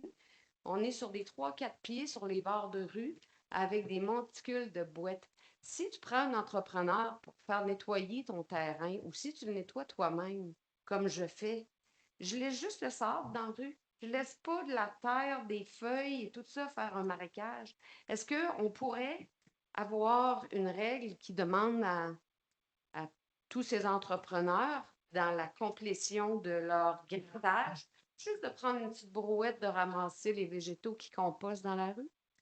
Est-ce qu'on pourra un jour Ils n'ont pas le droit, les gens, de mettre laisser, ça hein? dans la... Pardon? Est-ce que les gens ont le droit de laisser... Ben, ils Seulement, n'ont pas seulement le le, droit, C'est mais ça. seulement le C'est ça. sable. Je vous dirais qu'on a été quand même très tolérant dans les dernières il y années. a des endroits que c'est... L'an passé, Mme Ben là, Caron, j'ai parlé de la rue Notre-Dame parce que cette rue-là elle est très brisée. Puis là, ben en plus, c'est pire, là. mais je souris en fait parce que pas plus tard que la semaine passée, en statutaire avec Mme la mairesse, on a tenté de se prendre il y a 2 ans et l'administration qui était en place à l'époque l'avait fait un petit peu trop tard là, dans le processus d'interdire ce genre Oui, d'amas-là. Donc, je disais à la mairesse pas plus tard qu'il y a 2 semaines, il faut s'y prendre aussitôt qu'il n'y aura plus de sable dans les rues, il faut s'y prendre pour changer la pratique. Donc, il y a plusieurs municipalités où c'est pas toléré. Donc, ben c'est ça. J'aimerais on a que ça dans le collimateur. ma Reste à voir demande, si le c'est de... conseil voudra se positionner de façon S'il vous plaît. favorable, mais Merci. Merci, Mme Caron. André Laroux, encore une fois. C'est Oui. encore de même. Je comprends donc que l'idée des habitations accessoires a été suggérée par la municipalité au promoteur, ce que vous me disiez tout à l'heure. tout à fait. Oui. Bon. Mais ça aurait été quand même intéressant que cette idée-là, fort intéressante par ailleurs pour atteindre vos objectifs, soit aussi soumise au comité qui avait été mis sur pied et qui aurait pu, alors que les skieurs étaient sur place, les touristes hivernaux qui sont ici à Saint-Fériol, on aurait pu se mobiliser aussi pour réfléchir à cette idée-là. Alors, quel est ce billet favorable de la municipalité envers les promoteurs? Votre alors question, que les votre question citoyens- est biaisée, M. Larreau, Non, et pas du elle tout. dépasse aussi l'ordre du jour. L'ordre Vraiment? du jour, on était sur le lotissement. Puis On là, est sur- Monsieur, s'il vous plaît, là, dans le fond, là, vous dites que vous prétendez que nous avons un biais favorable. Il y a eu C'est votre l'invitation de la interprétation. part de la municipalité aux promoteurs pour avoir des habitations accessoires. Cette idée, finalement, n'a pas été soumise à ce comité qui a été formé, que vous connaissiez très bien. Par ailleurs, ma question est la suivante. Qu'est-ce qu'une habitation accessoire à Saint-Fériol? Au-delà du terme habitation accessoire, qu'est-ce que vous allez exiger comme condition pour avoir l'habitation accessoire? Donc, bien sûr, ce sont 2 adresses. Ce sont 2 cuisines aussi, hein, 2 habitations. Donc, il y a un autre logement. Donc, je comprends donc que les gens qui vont habiter ces maisons qui vont être quand même fort dispendieux, de très belles maisons, les gens vont tous accepter d'avoir cette maison en location Ben, en parallèle. ceux qui vont choisir d'acheter ces maisons-là avec bâtiment accessoire, effectivement. OK. Quelle est votre définition d'habitation accessoire maintenant? C'est quoi la définition d'un bâtiment accessoire, Il M. faudrait que je valide dans la réglementation. Si vous avez approuvé auprès des promoteurs, je m'excuse, vous avez approuvé auprès des promoteurs, vous leur avez certainement dit ce que c'était. Si vous ne l'avez pas dit, Monsieur Larreau, je vous demanderais. c'est donc dire que la discussion n'a donc pas eu lieu de façon formelle avec les promoteurs si vous ne les avez même pas informés de ce que c'était qu'une habitation accessoire. Je ne sais pas pourquoi vous me regardez. Là. Vous devez vous adresser à la mairesse. La D'accord, mairesse pourra Madame vous la répondre. mairesse, vous savez certainement ce que c'est. En fait, je n'ai pas la définition sous les yeux. Et M. McKinnis le sait. Fait que Je suis convaincu. Monsieur Ennis, peut-être. Ben, écoutez, Ennis, pardon. si c'est important pour vous, Oui, ben, on va vous revenir. Vous reviendrez nous voir à la fin. On prendra oui. vos coordonnées, puis je vous enverrai la définition J'ai d'un les bâtiment. coordonnées de M. Vous avez les Leroux, ne vous en bâtiments. faites Bon. pas. Ah oui, peut-être qu'on s'est parlé au téléphone, c'est peut-être ça, j'oubliais. On Maintenant, vous enverra la oui, définition d'un bâtiment accessoire. d'accord, mais maintenant, il Pas d'un faudra, bâtiment accessoire, mais D'un- d'une unité je m'excuse, d'habitation une accessoire. unité vous devriez d'habitation. dire aux promoteurs et aux contracteurs qu'il y aura donc les voisins de la rue des Rocs, des rues de Boisé. Il y aura une quarantaine de personnes vigilantes qui vont s'assurer qu'il y a des habitations accessoires. Parce que si je comprends bien, si c'est un show de boucan, il y a la réglementation qui permet de lever des pénalités alors que la réglementation n'est pas respectée, n'est-ce pas? Ben oui, absolument. Non, Mais dans le donc, fond, ce que j'entends, c'est que votre crainte, c'est que cette réglementation-là ne soit pas respectée non, et qu'il n'y ait c'est pas que la une municipalité, unité. plutôt, ait permis cette habitation accessoire uniquement pour permettre que la densité soit respectée, sachant fort bien qu'elle ne l'était pas par ailleurs.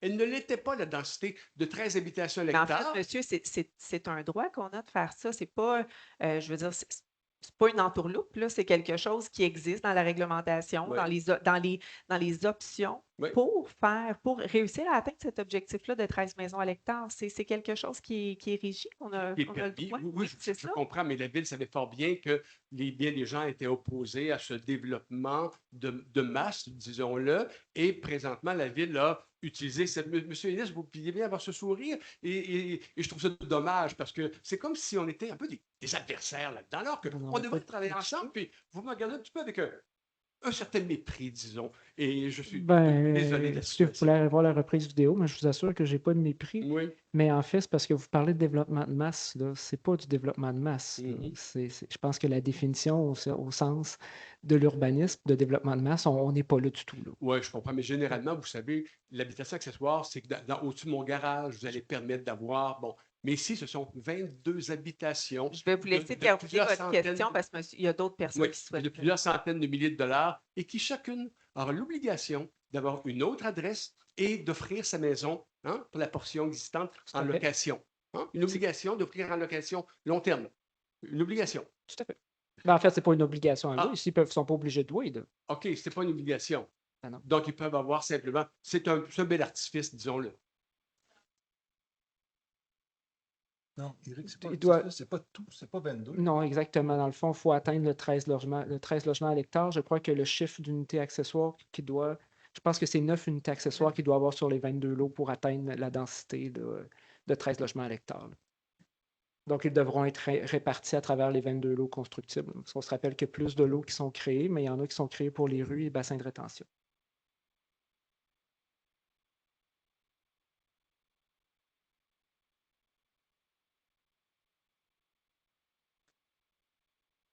Découragé. Mais là, je vais vous demander de ne pas m'interrompre. Ben, c'est une question sur l'ordre du jour, vais vous demander Monsieur de pas Desrochers. m'interrompre. Monsieur Desrochers, moi, je suis ici pour présider puis pour faire exercer un décorum. Donc, là, je vous permets une question, une sous-question. Il y a quelqu'un qui est debout aussi derrière vous. Donc, je vais vous demander de respecter le cadre afin qu'on puisse respecter aussi l'ordre du jour. Donc, c'est sur l'ordre du jour, puis je vous écoute sur la question. Puis si ce n'est pas une Voici ce que question, je j'ai vais me à- permettre de vous Voici interrompre. ce que j'ai à dire. Dans ma démarche, quand j'ai demandé d'être consulté pour le projet de développement de la Pinède, c'était pas parce qu'il y avait des changements de règlement. Ce que j'ai vécu, c'est carrément à chaque fois, paf, on ne vous consulte pas, voici les résultats de ce qu'on a pensé qui était bien. Puis là, tu sais, même si là, vous avez fait démonstration d'ouverture, en rejetant le règlement, le changement de règlement qui mettait une rue au centre, qui n'avait aucun bon sens, tant qu'à moi. Là. Mais là, on revient encore, pour moi, on a demandé une consultation, vous avez accepté dans un conseil. Vous étiez deux, j'ai proposé une politique, une procédure de consultation. Vous avez accepté. Mais qu'est-ce que vous avez fait constamment? Ce que la madame décrit, là, c'est juste le gros bon sens. Impliquez vos citoyens qui sont directement impactés, donnez-leur la chance de s'exprimer, bâtissez un il est dur à dire ce mot-là, acceptabilité sociale. Là, On a ça dans la gorge, puis avaler ça, mes amis. Peut-être qu'il y aurait eu des petits aménagements, pas grand-chose. On s'exprime, on respecte le règlement. Fait que ma question, est-ce qu'un jour, là, j'avais juste envie de sacrer mon camp, est-ce qu'un jour, vous allez apprendre à travailler pour harmoniser les développements résidentiels à Saint-Ferréol? Tu sais, c'est pas compliqué. Ça se fait à Québec, ça se fait à Montréal, ça se fait à Sherbrooke, ça se fait partout, je pense. Là j'exagère. Peut-être pas dans les petites municipalités, mais je vous ai mis ça sur un plateau d'argent avant qu'on décolle. On n'a rien fait. Vous avez fait quand vous étiez obligé. Est-ce qu'un jour, vous allez harmoniser? Monsieur Desrochers, c'est votre interprétation. Est-ce qu'un jour on va harmoniser ou est-ce qu'un jour on va apprendre? En fait, le conseil, on est les représentants de la population. On est des gens qui viennent de l'ensemble de la municipalité, de l'ensemble de différents de professions, âges. Tu sais, on est vraiment différents. Donc, on a été élus pour être représentants. Il y a des cadres réglementaires, il y a des obligations de consulter. Lorsque le règlement demande, laissez-moi terminer s'il vous plaît, lorsque le règlement le demande, on le fait. On le fait même quand on n'est pas obligé, on en a ajouté. Ceci dit, lorsque le cadre réglementaire est établi, ben, on ne fera pas systématiquement des consultations. Comme là, dans ce cas-là, on nous a demandé que le promoteur respecte le cadre réglementaire. C'est ce qu'il a fait. Donc, on accepte ce qu'il a présenté selon le cadre réglementaire. Puis on met ça dans la gorge des citoyens. Ben, c'est vous qui le voyez comme ça, M. Desrochers. Qu'est-ce qu'on a dit sur ça? On vous a, je vais dire, on a consulté, on a écouté par rapport à l'autre développement que vous ne souhaitiez pas avoir la rue dans le centre. Là, nous aussi, on est, je vais dire, à un moment donné, tenus de respecter nos propres règles. Puis ça fait partie de nos propres règles. Donc, le promoteur aussi a des droits au travers de tout ça. Quel promoteur vous menace de vous actionner si vous n'allez pas de l'avant? Monsieur Desrochers.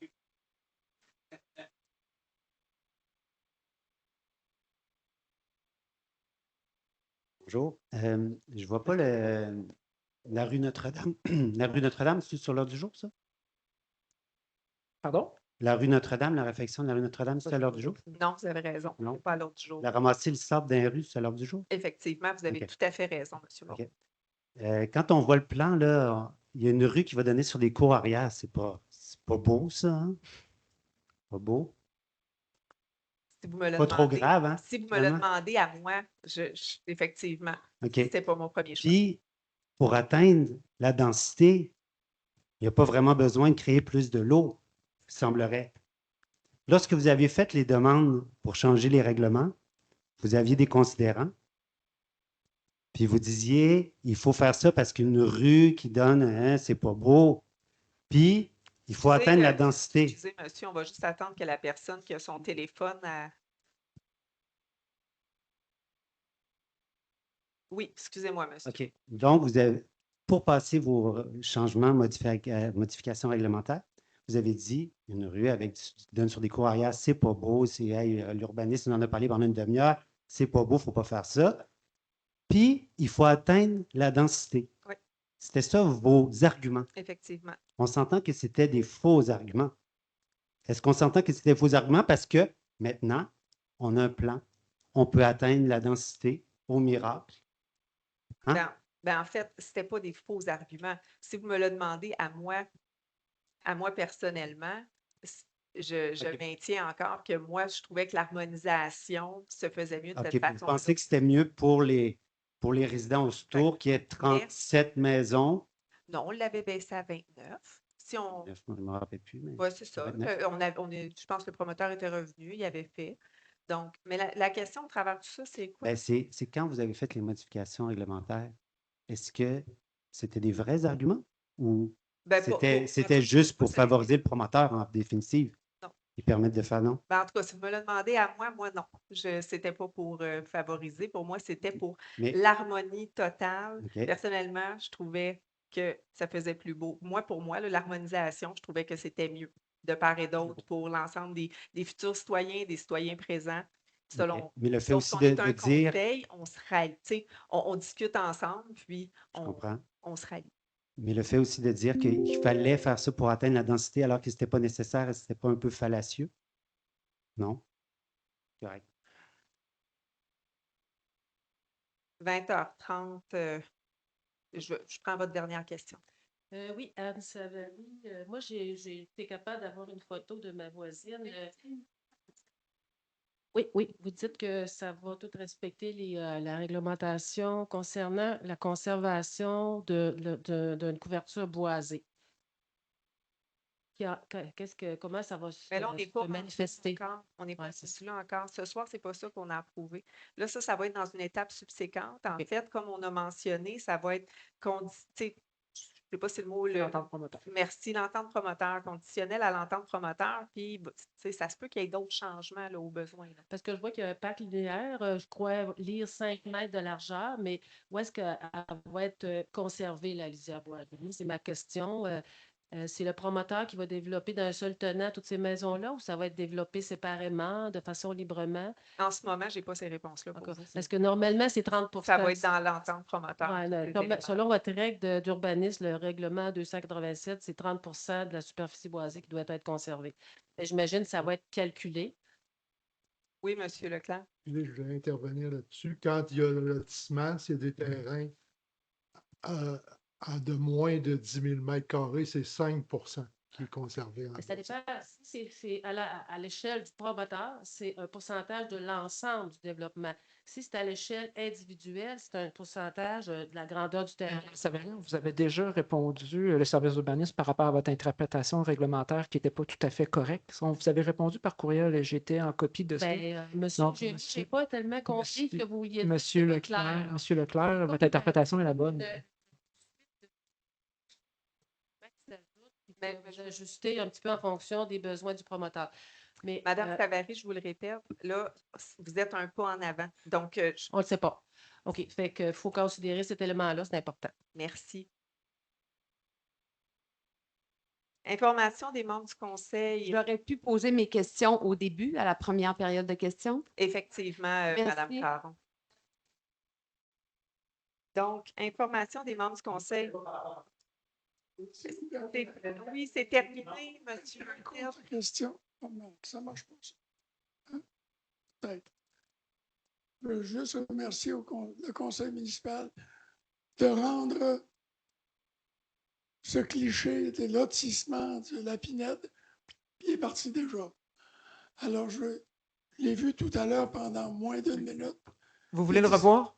Ben, non, je souhaite demander au conseil de le rendre disponible sur notre site web. C'est une information qui doit être publique vu le souci général de tous les habitants de Saint-Ferréol. Ils veulent tout savoir sur ce qui arrive avec la pinède. Ils veulent même compter le nombre de pinettes, le nombre de pitounes qui vont être coupées avant la construction éventuelle. Ça implique tout le monde ici à Saint-Ferréol. Je ne vois pas d'inconvénient, M. Burdett, à mettre. On va faire le nécessaire, M. Burdett. Entre-temps, là, sachez que dès demain matin, là, la séance sera disponible sur YouTube. Donc, vous allez pouvoir, entre-temps, aller voir le cliché, mais sinon, on va le déployer sur notre site Internet. Là. Je vais voir à ce qu'on fasse une section pour ça. Toute la séance, quand même. Merci. Information des membres du conseil. Donc, je vais commencer avec vous, M. Leclerc. Oui, je voulais vous dire que le marché public va commencer le 5 juillet prochain. Silence dans la salle, s'il vous plaît. C'est toujours les dimanches de 12h30 à 15h30 en face de l'église, là, au parc en face de l'église. Et on a encore des producteurs agricoles et des artisans pour cette année. Aussi de l'animation. On vous invite à venir nous rencontrer. Merci. Merci. Monsieur Drouin. Oui, moi, c'est concernant l'urbanisme. Pour les passionnés d'urbanisme, je suis certain qu'il y en a à Saint-Ferréol. Il y a un appel à la candidature pour joindre le comité consultatif d'urbanisme. C'est un mandat de 2 ans. Il y a le formulaire de candidature sur le site web si vous avez besoin de plus d'informations sur qu'est-ce que ça comporte exactement, joindre le CCU. Dans le meilleur des mondes, il y a une recherche de quelqu'un qui vient du secteur village, donc entre la rue de Lamont et la rue des Grands Prix. Merci. Monsieur Non, Morin. en fait, ça a été mentionné par le... Non, mais dans le secteur du village, on s'entend, là? Ouais. Je pense. Ouais. Exactement. Donc, c'est exclusif. Moi, je pensais que c'était plus dans le meilleur ordre d'idée, donc merci pour la question. Non. Marie-Ève, votre micro est fermé. Chaque secteur doit être représenté. Donc là, c'est vraiment une démission dans le secteur du village. Donc, il faut vraiment répondre à ces critères-là pour avoir une représentativité de la population.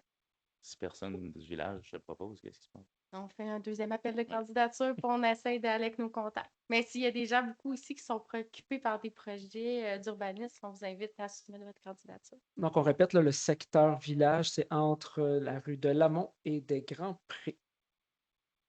Merci. Monsieur Rodrigue. Oui, on vous invite tout le monde à venir encourager nos jeunes lors de la grande journée des petits entrepreneurs qui a lieu ce samedi. Donc, pour avoir de l'info sur ça, restez à l'affût de nos réseaux sociaux. Merci, Monsieur Roné. Oui, dans la même ordre d'idée du comité consultatif d'urbanisme, juste pour vous rappeler que le prochain est le 16 juin et que la date de dépôt limite pour vos projets est le 9 juin prochain. Merci, Monsieur Saint-Laurent. Oui, on en parlait tantôt. Le nettoyage des rues est commencé. Alors, le sable et tous les autres trucs qui traînent. Commencé aujourd'hui et ça va se poursuivre lors des 9 prochains jours. Merci. Et pour ma part, Ouvrables, pardon. ouvrable. Pour ma part, je vous rappelle que la prochaine séance du Conseil aura lieu lundi, le 6 juillet 2026, 19h. Donc, d'ici là, je vous souhaite un très beau mois de juin en espérant que le soleil se mette de la partie. Alors, je vais prendre un proposeur là, pour la levée de l'Assemblée. Simon Roné propose. Merci beaucoup. Merci de votre présence. Bonne soirée.